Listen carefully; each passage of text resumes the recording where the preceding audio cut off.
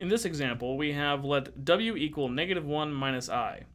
We will find the value of w to the 10th power, and we will represent our answer in complex polar form r cis theta, and in rectangular form a plus bi. We will simplify any trigonometric expressions. For this question, if we do want to take the complex number w to the 10th power, the first thing that we should do to apply the power rule is to change w into complex polar form. So let's quickly do that. First, we need the magnitude of w. The magnitude of w is essentially found by using the Pythagorean theorem. We have then that we're looking at the square root of the real component squared plus the imaginary component squared, which will just give us the square root of 2. We're also going to need the argument for w. In order to find that, we typically are going to be using arctangent, but we do need to keep in mind where w is, or where we would graph that complex number. If I consider the Gaussian plane here, we have -1 for real, so we're along the left direction for the real axis. And then we have a -1 for imaginary as well, so we're going down on the imaginary axis, meaning that our complex number is in quadrant 3. If I were to just use arctangent of -1 over -1 and evaluate this, this would not give me an angle measure in quadrant 3. This would give me an angle measure in quadrant 1. Specifically, arctangent of -1 over -1 would give us pi over 4. That is where sine and cosine are both equal to each other.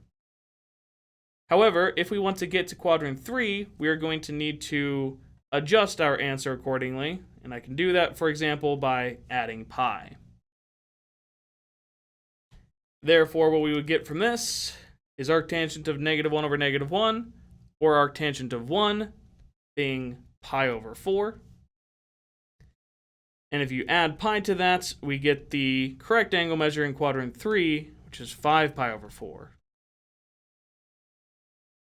So we can now write our complex number w as the magnitude 2, or the modulus 2, times CIS of our angle measure 5 pi over 4. And with this, we can now apply the power rule to find the 10th power of this complex number. The way we would do that, to find w to the 10th power, is we will take the modulus to the 10th power,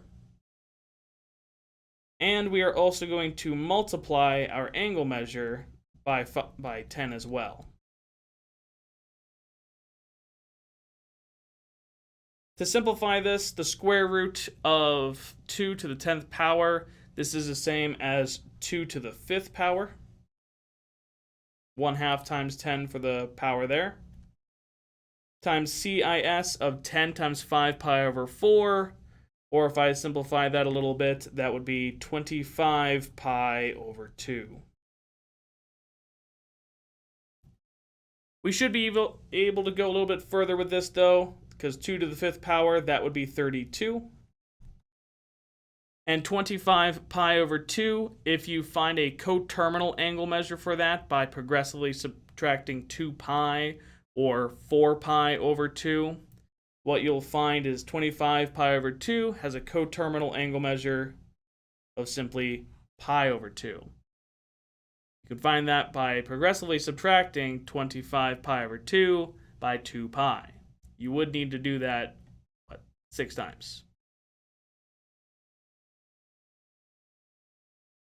This would be our answer in complex polar form. But now we should be able to expand that in order to find the rectangular form. To expand 32 CIS of pi over 2, all we need to do is write what CIS really stands for. And what CIS stands for is cosine of pi over 2 plus I times sine of pi over 2. We should not need a calculator to evaluate this, as we should know cosine of pi over 2 as well as sine of pi over 2. Cosine of pi over 2 is 0, whereas sine of pi over 2 is a positive 1.